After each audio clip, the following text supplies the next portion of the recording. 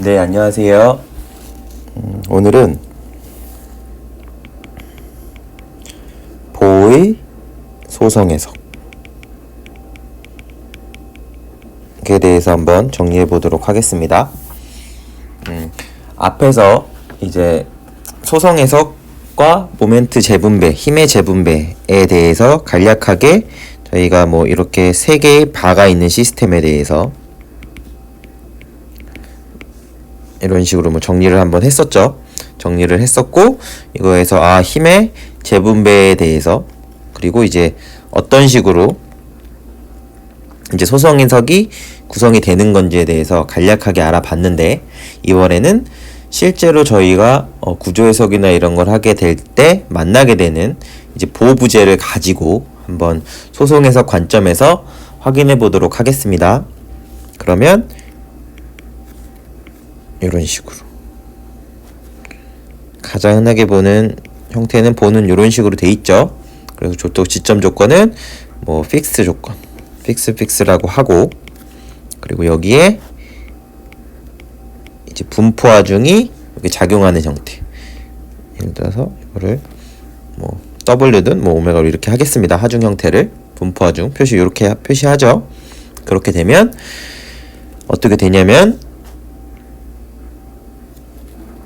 모멘트도는 너무 자주 나오는 모멘트도죠. 이게 모멘트도, 이게 BMD. 그리고 여기가 12분의 W의 제곱, 여기가 24분의 W의 제곱, 그죠? 여기가 L 제곱이 되는 거죠. 그래서 여기가 마이너스 플러스, 기호로 하면 항상 부호는 변형 형상을 결정하니까 마이너스면 이런 식으로 변형이 생기고, 여기는 아래로 볼록한 형상이 생기고, 요거는 똑같이 이렇게 위로 볼록한 부모멘트가 생긴다. 그래서 우리가 알 수 있는 건 이렇게 단부가 픽스일 때는 어디가 더 커요? 그쵸, 단부가 더 크게 걸립니다. 단부가 더 크다. 그래서 실제로 뭐 LRFD나 이렇게 하중조합에 대해서 설계를 하면 이 위에 대해서는 요 크게 나오는 것을 기준으로 설계가 되겠죠. 물론 여기는 정모멘트고 여기는 부모멘트니까 그런 것도 고려해야 되겠지만, 그래서 실제로 그러면 우리가 이제 소성 해석을 하면서 알아볼 거는 이 단부가 12분의 W의 제곱에 도달했을 때 이 부재가 붕괴되는 거냐, 예를 들어서 곡선이 뭐 힘이 점점 여기서 변형이라고 하면 힘이 점점 증가해서 여기가 모멘트라고 하면 양 단부가 딱 자기의 강도, 이 12분의 WL 제곱, 즉 요 W가 커지면 점점점 작용하는 모멘트죠. 이게 모멘트도니까 BMD니까 밴딩 모멘트 다이어그램이죠. 여기 모멘트 MU라고 하겠습니다. MU가 점점점 커지면 여기 양 단부에 MN이 있을 거잖아요. 자기 강도. 여기서는 이제 플라스틱이니까 뭐 MP라고 하겠습니다.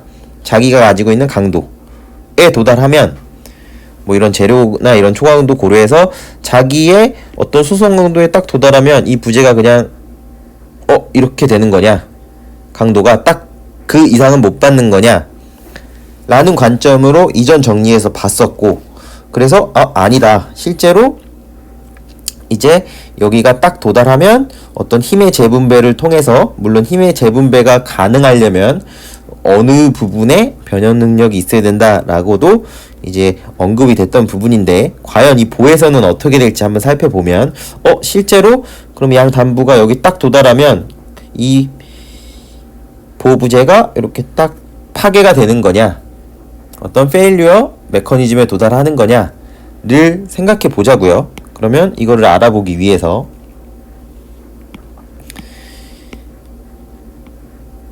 예를 들어서 요 양 단부를 요 A점이라고 하고 여길 B점이라고 하고 요 가운데를 C점이라고 하겠습니다. 그죠? 그렇게 되면 점점 힘이 증가해서 뭘 볼 거냐면 A와 B점, 즉 단부가 여기가 모멘트, 공률, 모멘트 공률 관계로 표시하겠습니다. 그러면 여기가 전체에 대한 여기가 뭐 U, 알아보기 쉽게 그냥 W라고 하겠습니다. 얘가 점점 증가할 텐데 크기가 증가할수록 이렇게 증가할 거다. 그리고 여기서 딱 점점 W가 커져서 어느 지점에 딱 도달했을 때 어떻게 돼요? 어디가 MP에 도달하죠? 그쵸. 양 단부가 중앙보다 2배만큼 크게 작용하니까 양 단부가 점점점 뭐에 도달해요? MP에 도달하겠죠. MP에 도달한다는 건 쉽게 얘기해서 단부가 가지고 있는 강도에 소송 강도에 도달한다는 얘기입니다. 도달해서 요 녀석 AB 단부가 이렇게 된다고요. 얘는 쭉쭉쭉 증가해서 여기 예를 들어서 여기를 뭐 MP라고 하면 이렇게 꺾인다고요. 즉 요거 지점을 뭐라고 할까요? first 1번 단계에 딱 스텝1에 딱 도달하면 여기에 도달하면 A, B가 어디에 도달한다고요? 여기에 딱 도달한다고요. 그쵸? 여긴 지워버리고 헷갈릴 수 있으니까 A, B가 딱 여기에 도달했다. W가 점점점 커졌더니 단부가 중앙부보다 2배 정도의 모멘트가 크게 걸리니까 먼저 자기 강도의 MP의 소송 강도에 도달했다. 그러면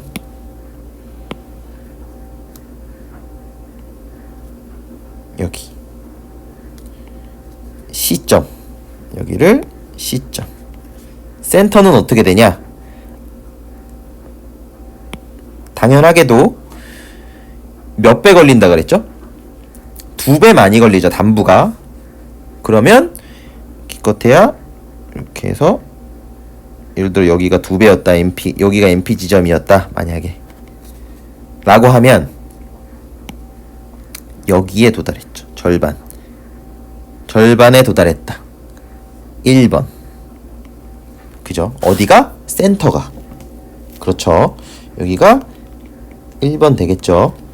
즉, 이 하중이 점점 증가해서 딱 어느 특정 시점에 딱 도달하면 여기 양 단부가 먼저 항복 강도에 도달한다. 그 뒤로 어떻게 돼요?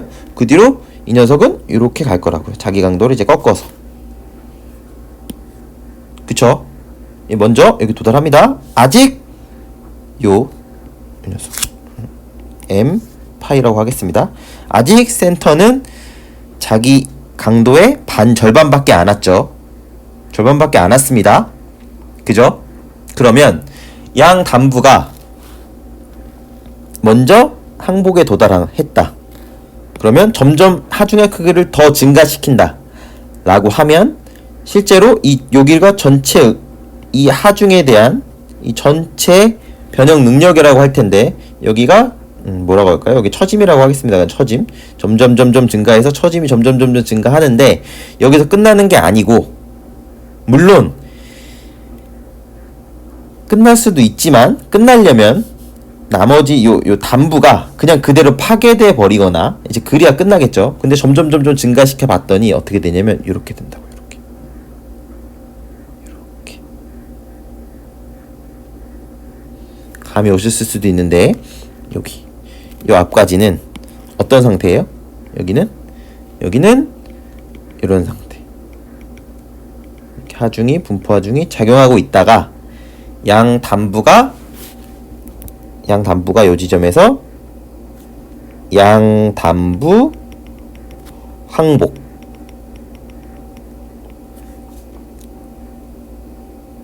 그죠? 양 단부가 자기의 소송 강도에 도달했다. MP에 도달했다. 그러면 내가 점점 더 처짐이 증가하면 이렇게 증가하는 이유가 뭐 때문에 그래요? 누가 아직 자기 힘을 다 안 썼어요? 그쵸? 중앙부가 이 녀석은 이제 쭉 여기를 2번이라고 하겠습니다. 전체에서 2번 딱 도달했는데, 이번에 딱 도달할 때까지 양 단부는 이렇게 된다고. 여기까지. 여기가 2번. 자기 강도는 항복해서 쭉 간다고요. 쭉. 그죠? 자기 소성 강도에 도달해서 쭉 하게 되고, 이 녀석 2번에서 이제 센터가 어떻게 돼요? 중앙부가 MP에 도달한다고요. 그죠? 즉 써보면 이게 그래프로, 이게 시각적으로 보시면서 먼저 항복하고 이렇게 차례차례 되는구나, 이 세 개의 그래프가 이제 이해가 되시면 될 것 같습니다. 여기 1번은 적어놨네요. 양단부래, 양단부. 그러면 이렇게 2번은 중앙부 항복이 된다고요. 그쵸? 그죠? 그렇게 됩니다. 그렇게 되면 그 다음 더 이제 더 처짐이 증가한다. 더 만약에 처짐이 증가한다라고 하면 이제 중앙부나 단부나 어떻게 돼요? 다 자기 강도를 잃었죠. 그래서 빨간색으로 보면 그 뒤는 이렇게 되겠죠. 센터도 이렇게 자기 강도에 도달했으니까 쭉 누워서 가고, 그럼 여기가 3번. 그죠? 더 점점 가서 여기가 양 단부는 여기가 3번. 그런 다음에 전체적으로 봤을 때는 여기가 3번. 이렇게 된다고요. 강도가 3번 구간, 2번에서 3번 구간에는 강도가 오르지 않죠. 왜냐면 이 중앙부나 단부가 다 자기 강도에 도달했기 때문에 다 일정하죠. 그냥.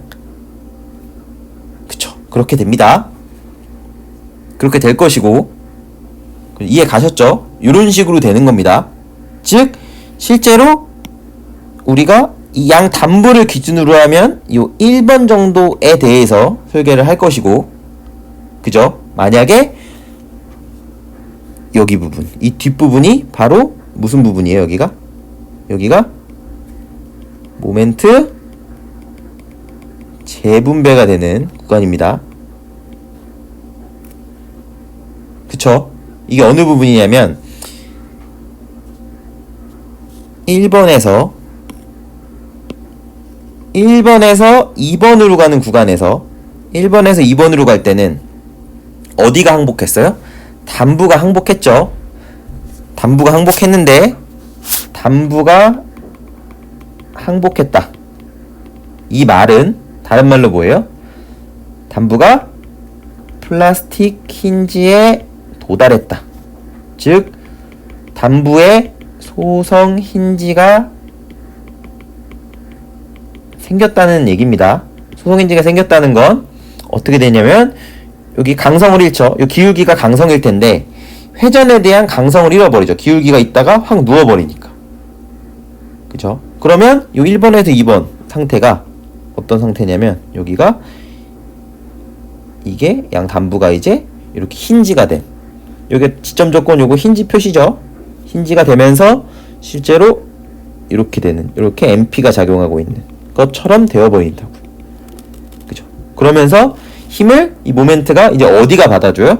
중앙부가 받아주게 된다고요. 그래서 중앙부가 모멘트를 받는다. 그죠? 모멘트가 재분배돼서 어디로 간다고요? 중앙부로 간다고요. 그래서 실제적으로는 몇 번까지 힘을 받을 수 있어요? 2번까지 받을 수 있다고요. 2번까지. 그렇게 됩니다. 2번까지 받을 수 있습니다. 2번까지. 이제 소송 해석을 한다는 건 결국 2번까지 고려한다는 거고, 그런데 중요한 거는 요 1번에서 이 왼쪽 밑에 하고 있는데 1번에서 2번으로 갈 때 이 재분배가 되려면 기본적인 조건이 뭐예요? 요 단부가 요렇게 있어야 되죠. 1번에서 2번으로 갈 때, 1번에 2번으로 갈 때 항복해서 이렇게 가야 된다고요. 즉 강도가 떨어지지 않고 자기 강도를 유지해서 어떤 변형 능력 자체가 있어야 된다고요. 만약에 좀 두껍게 해서 너무 길어지면 안 되는데 A가 마찬가지로 이전에 재분배에 대한 설명에서도 이제 얘기했던 부분인데 이렇게 강도가 떨어졌다. 즉 이 담부가 변형 능력이 없다. 이런저런 이유로 변형 능력이 없었다. 그러면 자기 강도를 유지하고 있지 않기 때문에 힘이 어디로 재분배될 수가 없어요? 중앙부로 재분배될 수가 없다고요. 그래서 올라갈 수가 없겠죠. 이 조건이 얘가 유지하면서 자기 강도를 유지하고 자기 강도에 도달해서 항복은 했지만 플라스틱 힌지에 도달했지만 강도가 바로 떨어지거나 파괴되지 않고 즉 변형 능력으로 버티고 있어 줘야만 그동안 이렇게 중앙부에서 어떻게 돼요? 중앙부에서 쭉 자기 강도에 도달할 때까지 도달할 수가 있다고요. 버텨줘야만. 양 단부에서 소성인지에 도달했지만 어떤 변형 능력. 그래서 꼭 기억하셔야 될 것 중에 하나가 어쨌건 단부가 먼저 소성인지에 도달하고 힌지가 생기고 그 다음에 이제 2번으로 갈 때 중앙에서 모멘트 재분배가 일어날 때 단부가 변형 능력이 있어야 된다. 그래야 중앙부에서 버텨줄 수 있다 라는 거. 그죠? 그 뒤로는 이제 강도가 둘 다 중앙부, 단부 다 플라스틱 힌지에 도달했으니까 즉 2번 단계가 뭐예요? 1번 단계는 1번 단부 플라스틱 힌지 그냥 한국말로 소성인지 그 다음에 2번 단계에서는 중앙부 소성인지 그쵸? 그 뒤에는 강도 쭉 일정하게 가겠죠. 그래서 어느 특정 시점에 이제 각각이 이제 무한정 이게 아무리 이게 그래프로 이상적으로 이렇게 그렸지만 실제 이 설계가 어떻게 상세가 되어 있느냐에 따라서 가다가 떨어지겠죠. 당연히 중간 가다가 어느 정도 떨어질 겁니다. 당연히 그쵸? 변형 능력이 무한정 있는 게 아니기 때문에 그 능력에 따라서 더 일찍 이렇게 떨어질 수도 있고 전체 곡선이 이렇게 될 수도 있고 뭐 더 많이 가서 떨어질 수도 있게 되는 거겠죠. 그쵸? 그래서 보에 대해서는 이렇게 양 단부가 먼저 플라스틱 힌지에 도달하고 그쵸? 그 다음에 이제 양쪽 단부가 버텨주면서 중앙부가 플라스틱 힌지에 도달할 때까지 버텨준다면 실제로 소성에서 관점에서 보면 양 단부가 먼저 이제 자기의 소성 강도에 도달했을 때보다 조금 더 높은 강도까지 버틸 수 있다. 그쵸? 이렇게 되는 겁니다.